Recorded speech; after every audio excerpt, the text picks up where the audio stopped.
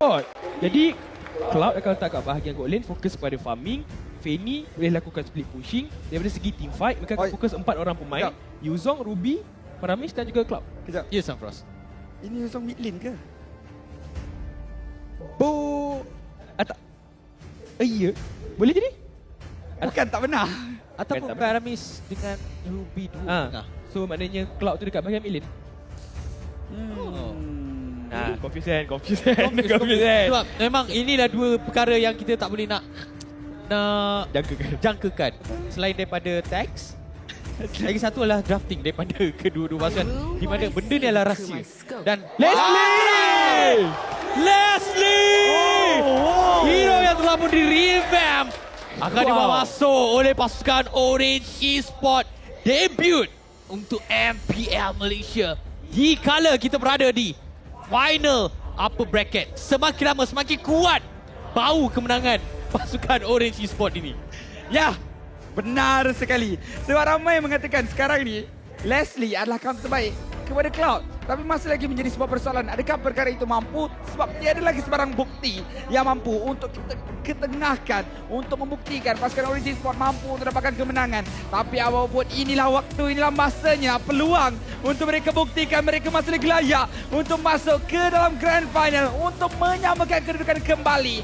Terikat mungkin bakal berjaya untuk mereka lakukan sekiranya mereka dapatkan kemenangan. Tapi apapun, ayo kita masuk ke dalam Land of Dawn untuk berlawanan pusingan yang keempat di antara pasukan Toda dan juga Orange Esports. Ya, dan kali ini Ciku guys akan menggunakan Paramis selaku bahagian mid lane pasukan Toda. Jadi dari segi burst damage tidaklah terlalu besar di early game, tapi late game mampu untuk memberikan tekanan kepada pasukan Orange Esports. Manakala pasukan Orange dengan adanya Farsa, dengan adanya Grok, rotasi mereka akan berlaku dengan lebih pantas.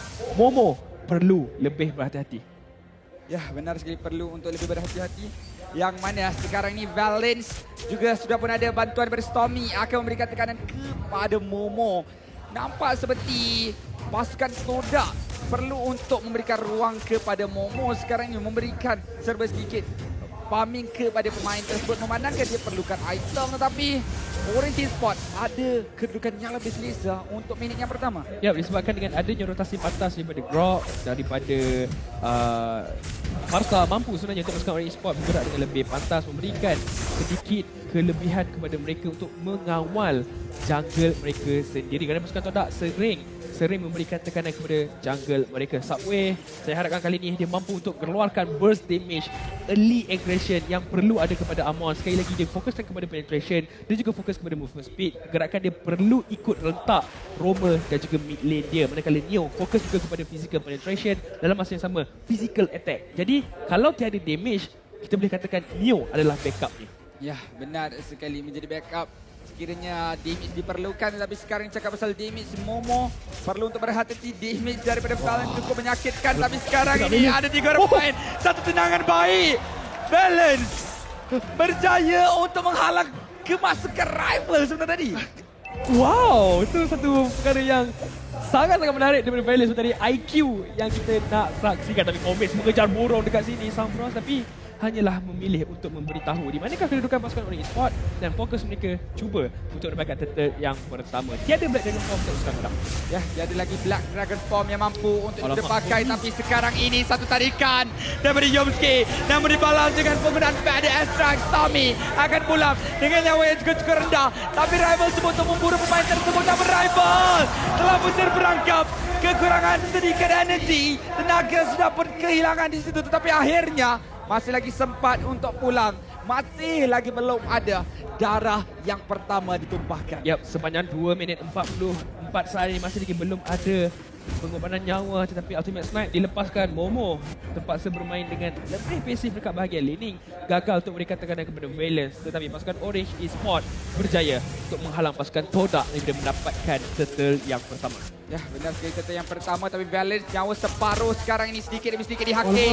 Akan masuk menggunakan cutthroat, cukup penting tapi tak cukup lagi. Rival hampir dikorbankan, namun First Blood berjaya untuk didapatkan. Nasib mensebelahi rival apabila Momo ada di situ untuk memberikan bantuan. Ya, tapi lihatlah bagaimana Turtle dimulakan oleh pasukan Orange Esports. Dua pemain pasukan Todak dekat bahagian bawah. Straight satu turret dengan Turtle yang kedua. Walaupun boleh dikatakan win-win situation pada awal game, tapi masalah untuk Valiant sebenarnya di mana dia tak boleh nak dapatkan free farmnya kembali. Dia dah hilang turret yang penting untuk dia bergantung. Ya, benar sekali, bergantung harap kawan menara, tapi akhirnya walaupun tiada lagi tempat untuk berteduh. Pasukan Todak sekarang ini ada kelebihan 1 kill sahaja, namun Turtle percaya untuk dimiliki oleh pasukan Orange Esports masih lagi boleh kita kirakan stabil untuk kedua-dua belah pasukan. Namun saya tertanya-tanya, bagaimana Ciku Gas dengan prestasi menggunakan para mesin? Adakah dia mampu untuk menggunakan ke altar tepat pada waktu yang sesuai? Ya, dia perlu gunakan ke altar dengan baik untuk memberitahu bahawa pasukan Todak kalau dah tak ada ulti, mereka ada nyawa yang kedua untuk tunggu ulti dan masuk balik dari segi team fight. Tapi apa yang awak katakan sebentar tadi, kali ini kita nampak yang Ciku Guys main passive sikit. Dia tahu yang Farabi tak boleh keluarkan damage awal, tapi terlebih dahulu Fomis. Oh, Fomis! Altar! Percaya sudah pakai Subway sebenarnya ke altar tepat pada waktu yang diperlukan. Pada saat Subway sangkakan dia berjaya untuk dapatkan naga itu, tapi akhirnya dia berjaya untuk ditumbangkan. Setop play dia berciku guys. Dia tertarik kat sini dengan penggunaan Ruby daripada Yumski, tapi terlebih dahulu damage yang besar dikeluarkan. Ultimate Snipe. Terlampau juga dia pakai, tetapi masih lagi sempat dengan menggunakan Cyclone Eye. Yumski meluluskan diri daripada kawasan tersebut. Ya, sebab pasal Yumski dia gunakan emblem tenacity. Jadi ketika nyawa dia daripada 40% mampu untuk memberikan pertahanan yang besar, tapi Hamir berjaya untuk melarikan diri sebentar tadi dengan menggunakan flicker. Rival cukup licik sekarang ini, perlu untuk diberikan perhatian oleh pemain-pemain yang bersifat lembut daripada sudut nyawa untuk pasukan Orange Esports berjaga-jaga dengan kemasukan daripada Assassin Fanny ini.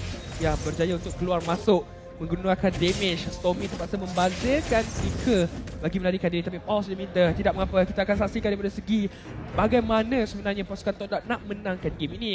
Kalau mereka nak dapatkan teamfight yang betul, pastikan yang banyak ultimate dirah pun dikeluarkan oleh pasukan Orange. Dengan adanya Call Altar, mereka ada 2 nyawa untuk masuk berikan tekanan semula kepada pasukan Orange. Tapi kalau pasukan Orange nak menang game ni, mereka kena tunggu sniper daripada Valence untuk stabil terlebih dahulu. Ada damage, siapkan Berserker Fury ataupun Windtalker, 2 item mencukupi untuk jatuhkan contoh kalau mereka nak dapatkan Ruby. Ya, satu lagi perkara yang patut dilakukan oleh pasukan Todak kalau mereka nak dapatkan kemenangan based on dengan mungkin 3 ataupun 4 minit yang pertama ini, mereka kena fokus untuk pastikan apa yang mereka lakukan tu semuanya on point. Sebab seperti tadi baru kita saksikan, adakah Ciku Gas mampu untuk menggunakan diri ke altar pada waktu yang paling tepat, dan tak sampai berapa minit dia berjaya melakukan perkara tersebut, dan benda tu dibuktikan apabila mereka fokus dan mereka tahu apa mereka nak lakukan. Dan Samfrost, kita melihat sekarang ni dari segi pemilihan hero kita dah lepas, kita dah masuk untuk fasa awal game.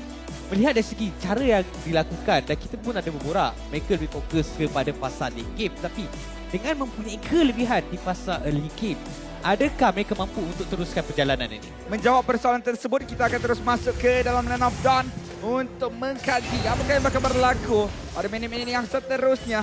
1/3 nyawa Yumski sudah pun dikurangkan, tapi Turtle seterusnya sudah pun muncul. Ditarik terlebih dahulu oleh Fomis, namun pergerakan Orange Esports yang lebih ke hadapan. Ya, mereka mengawal daripada area semak samun tersebut untuk memberikan sedikit acahan kepada pasukan Todak supaya berhati-hati terlebih dahulu. Pengambilan Turtle yang kedua, adakah akan dapatkan oleh pasukan Orange Esports ataupun pasukan Todak kali ini bersedia untuk memberikan satu tentangan dengan adanya Call Altar dan juga Black Dragonfall. Tapi aim, straight HP tidak boleh terlalu besar kerana dia adalah orang yang penting untuk menadah damage daripada pasukan Todak. Benar sekali, orang yang penting sebenarnya untuk tadah damage yang keluar daripada pasukan Orange Esports. Pasukan Todak sekarang ini menghantar 3 orang pemain saja ke kawasan Turtle, yang mana pasukan Orange Esports Subway berada berhampiran, menunggu waktu, menunggu masa untuk mendapatkan mangsanya, bersiap sedia dengan stacking yang ada.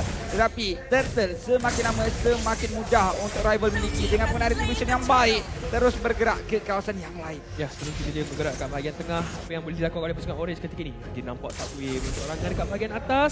Adakah cuba untuk mendapatkan Subway? Subway memilih untuk berundur terlebih dahulu, menunggu ahli pasukannya untuk tiba ketika ini.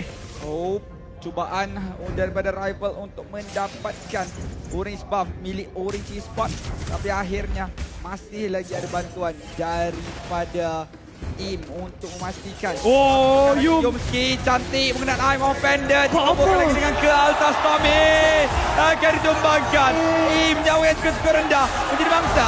Yang seterusnya 3 orang gugur untuk pasukan Orange Esports. Sementara di bahagian atas 2 lawan 1. Komis tak mampu untuk bertahan. Komis tak mampu bertahan, tapi lihatlah mereka dapat tarik dekat bahagian tengah. Begitu juga dengan Momo yang hampir mendapatkan tarik dekat bahagian bawah. Sebut pasal hampir sepertinya pasti untuk pasukan Todak. 2 tarik berhadapan dengan 1 tarik pasukan Todak kehilangan. Sebenarnya ini adalah kemenangan yang agak besar kepada pasukan Todak.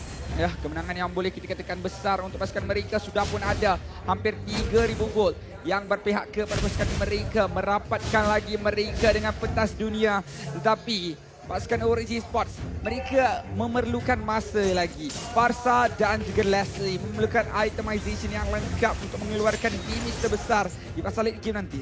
Ya, di mana satu lagi daripada pasukan Orange Esports dengan Subway 0-2-0, tapi tidak mengapa kita kasih fokus kepada itemization terlebih dahulu. Neo dia fokuskan kepada dengan adanya Bloodless X, dia akan lebih tahan dengan spell yang dikeluarkan. Tapi Ultimate Snipe dilepaskan oleh juga sepertinya tiada rasa, tapi Subway akan dicari ketika ini. Oh, Subway sudah dicari oleh naga hitam daripada Pomin, terus mendarat mencari Subway dengan nyawa yang cukup rendah, namun balas kembali. Nampak seperti rival terpaksa untuk pulang. Pemain-pemain pasukan Orange Esports sudah pun bersiap sedia untuk memberikan satu bantuan kepada Subway yang mana menyebabkan Pomi sebenarnya yang terlalu bernafsu mengakibatkan nyawanya diragut begitu saja. Tapi itu adalah hanya untuk membeli masa kepada Momo. Terus mendapatkan, menumbangkan turret pasukan Orange Esports dan rival bermain sedikit berbahaya sebenarnya tadi, perlu hati-hati. Walau bagaimanapun Neo ditarik kembali, nasib baik dia ada follow up. Kalau tak, mungkin dalam situasi yang tidak diinginkan oleh pasukan Orange Esports. Dan lot yang pertama telah pun muncul. Ya, telah pun muncul, namun lihatlah bagaimana inner turret milik pasukan Orange Esports sudah pun berjaya untuk dimusnahkan di bahagian atas dan juga bawah, memberikan pasukan Todak pengalaman map yang lebih besar. Akan tetapi Orange Esports masih lagi tidak ingin berundur, masih lagi bertindak, bergerak ke hadapan secara satu unit untuk memastikan mereka ada pengawalan map yang baik. Ya, sebab pasal kawalan map, itulah apa yang mereka perlu tampilkan. Dengan adanya serangan ambush, mereka perlu kawal semak dan keluarkan damage yang besar. Kalau mereka nak Yumski, mereka boleh dapatkan sekarang. Cuma yang perlu berhati-hati dengan Cult Altar. Di mana kedudukan Ciku Guys yang kalau dia setempat, dia akan gunakan flicker untuk memastikan yang rakan-rakannya terselamat. Sekarang Orange Esports, ketika ini saya rasa daripada Valiant sendiri dah ada damage. Begitu juga dengan Farsa. Cumanya setup mereka, stun yang perlu dikeluarkan patut mereka kenakan kepada orang yang betul. Kalau mereka dapatkan Ciku Guys, itu bonus yang paling besar untuk pasukan Orange Esports. Ya, benar sekali. Tapi penggunaan PDS strike daripada Stormy perlu untuk lebih berjaga-jaga. Damage perlu untuk dikeluarkan, tapi posisi juga perlu untuk diperhatikan oleh pemain-pemain pasukan mereka.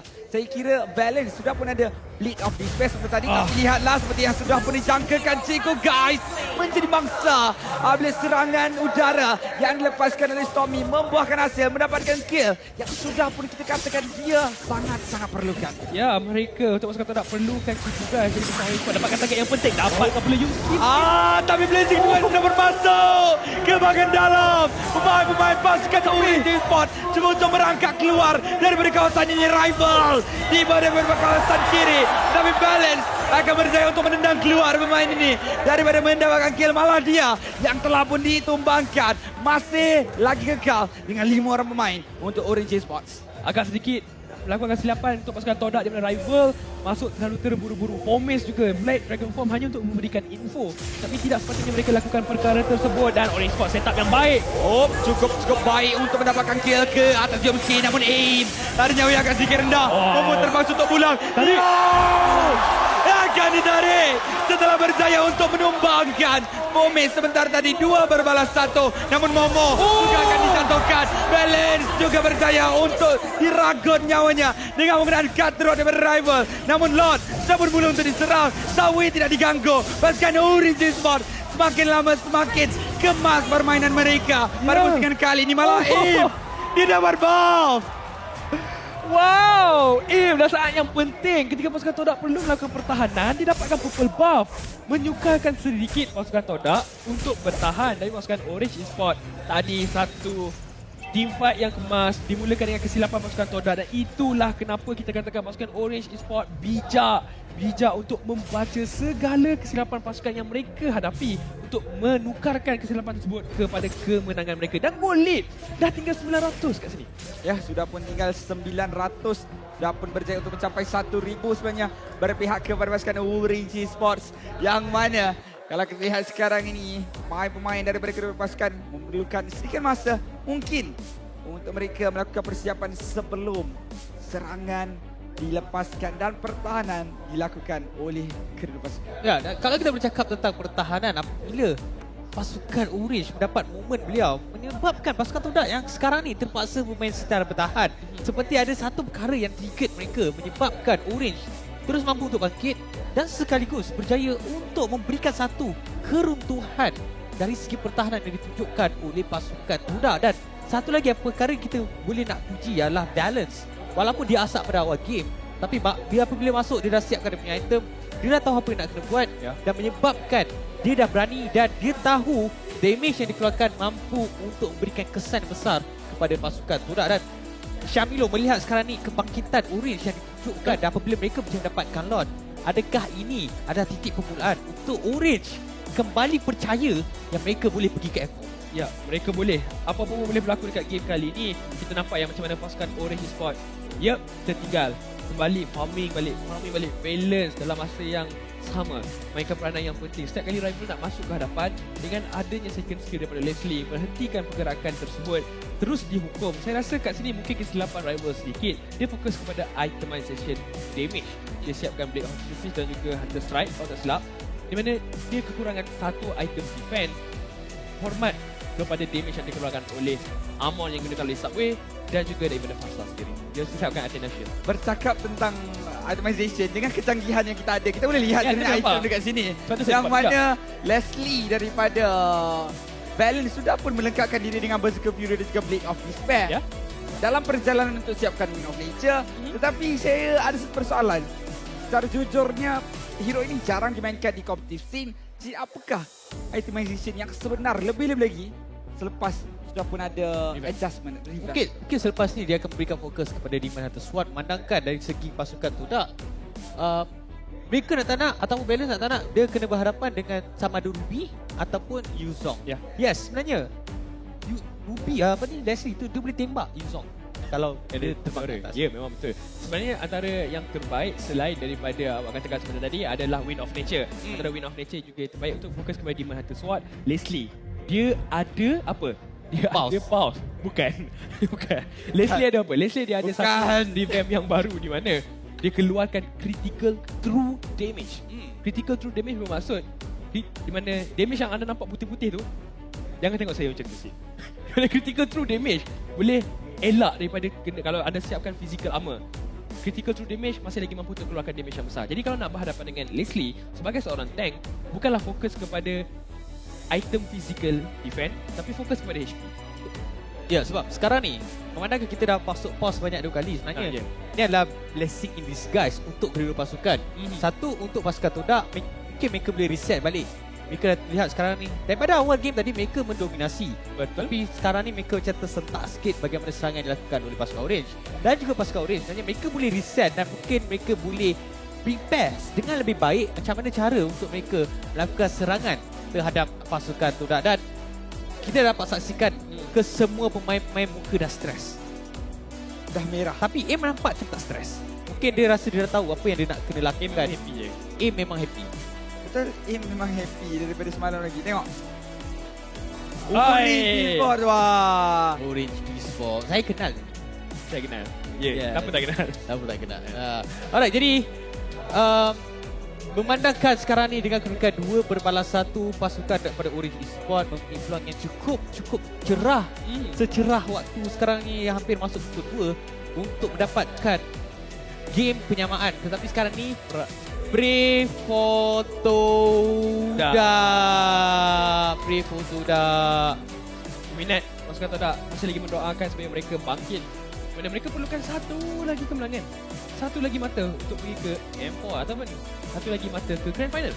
Cakap tentang Todak, Ya. dia ingin berikan tumpuan kepada rival. Kalau kita lihat Sebenarnya rival berikan tumpuan kepada itemization bersifat damage dengan Blink of Heptasis, Hunter Strike dan juga Malefic Roar. Tak ada sebarang item defense yang mana dia melengkapkan diri bersama dengan Festival of Blood. Kebiasaannya itemization begini dilengkapkan bersama dengan High and Dry untuk menggunakan gameplay touch and go, masuk dan keluar dengan begitu saja. Tetapi kita nak baca kat sini, skin Grand Legend 445 63490 dalam server 2211 old play tu. Ataupun Dua. boleh gunakan kod tu pergi dekat MPL Predictor. Boleh? Betul. Jap. Oh server betul. Awak server apa? Saya server 2020 macam tu kot. 20. Saya 2013. Kita akan saksikan game selepas ini di mana masih lagi menjadi tanda tanya. Nampak Ya, seperti pasukan Orange sebelum kita memperlahankan ataupun kita memberhentikan game kita. Baca dia. Caster Take it away. hebat handsome. English kan? Caster lah. Caster lah, Mula, terima kasih ya. Kita pun sekarang kita dah perasan benda tu. Kita tak boleh nak cakap benda yang obvious. Alright. Toda Orange, dua pasukan yang cukup hebat. Dan kalau kita nak bercakap tentang hebat, mari kita masuk ke dalam Land of Dawn. Ya, benar sekali. Yang mana sudah pun ada lot berpihak kepada pasukan Orange Esports. Akan tetapi lihatlah bagaimana cutting lane dilakukan oleh rival dengan cukup baik. Subway akan ditugaskan mengiringi lot di bahagian atas. Perlu untuk berjaga-jaga dengan penggunaan wild charge yang mana Flicker. Kalau dalam beberapa saat saja lagi, tapi lihatlah Blazing Duet daripada Momo sudah pun dilepaskan, namun berikan fokus kepada minion sahaja. Pasukan Orange masih lagi bertindak berhati-hati, tidak ingin terburu-buru untuk mendapatkan inhibitor turret. Ya, boleh katakan satu pergerakan yang mungkin tidak diinginkan pasukan Orange. Sepatutnya mereka boleh tumbangkan inhibitor turret, tapi mereka juga kata, okay guys, kali ini kita kena berhati-hati, jangan biarkan untuk pasukan Todak dengan adanya Ruby dia gunakan Iron Offender untuk menarik pasukan Orange Sports ke dalam base mereka sendiri, base pasukan Todak. Jadi mereka perlu berundur terlebih dahulu, menantikan kemungkinan besar dengan adanya Evo-Floor ataupun Luminous Lord untuk mereka dapatkan inhibitor turret tersebut. Dengan adanya Farsa, dengan adanya High Ground, daripada segi defense kuat, daripada segi attack juga mampu untuk mengeluarkan burst damage yang kuat. Begitu juga pasukan Orange Sport, mereka saya rasakan kali ini perlu bersabar betul-betul sebabkan ini adalah game yang kalau mereka kalah, mana mereka akan turun ke lower bracket. Benar sekali, kalau mereka kalah terpaksa untuk melalui jalan yang penuh dengan onak dan duri di bahagian bawah. Tetapi 50 saat masa diperlukan untuk pasukan Orange Esports mengekalkan pengawalan map ini. Yumski sedikit demi sedikit berganjak ke bahagian hadapan, sudah pun mengetahui kedudukan di antara satu sama lain. Tetapi bagaimana dengan kedudukan damage dealer mereka masih lagi belum menunjukkan muka di antara Momo dan juga Balance yang masih lagi berada dalam kawalan ataupun penjagaan para Roma masing-masing. Ya, dengan adanya jagaan rapi daripada aim, adanya white charge mampu untuk menghentikan pergerakan ataupun serangan dikeluarkan oleh pasukan Todak. Pasukan Orange Esports Neo backup damage dekat bahagian EXP. Kita nampak macam mana Neo apa cara sekalipun kalau dia nampak Momo offside, dia akan pastikan straight kill. Dia tak kisah kalau dia mati, selain kalau dia pastikan dapatkan Momo. Ya, benar sekali. Tapi lihat pasukan Todak sudah pun mula untuk berganjak ke bahagian kiri menggunakan ultimate snipe terlebih dahulu, memberikan informasi tentang kedudukan Gomez dengan Magic Sentry. Kedudukan Stormy juga sudah pun diketahui sebenarnya oleh pemain-pemain pasukan Todak. Mereka boleh saja untuk masuk kalau mereka ingin melakukan kontes yang mana Momo tahu kedudukan dia cukup baik. Blazing Duel ke atas Stormy, terpaksa gunakan Blinka, namun Alistar hampir cukup untuk mendapatkan kill ke atas Momo. Samuel yang dicobakan terlebih dahulu, masuk, namun dia mungkin bakal kemudahan I'm offended. Berjaya untuk membangkan dengan menggunakan Cutthroat. Todak berjaya untuk dapatkan 2 kill yang cukup penting. Dengan Conceal masih lagi berjaya untuk menindakkan hasrat pasukan Todak daripada dapatkan kill yang ketiga. Tadi wall charge digabungkan dengan Blika. Baik.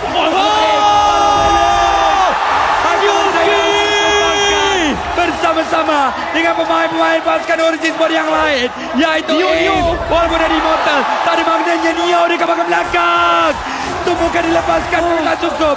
Neo masih lagi cuba untuk bertahan. Dan akhirnya Yumski akan terus melemparkan sabit 3 guys. Merupakan kill yang seterusnya. Subway sekarang ini adakah mampu untuk menjadi wira oleh pasukan Orange Esports ataupun hanya melihat saja pengambilan lot daripada pasukan Todak? Kedudukan yang baik daripada Momo. Nampak Stormy gunakan Blazing Duet, rendahkan nyawa Farsa dan halau daripada segi team fight.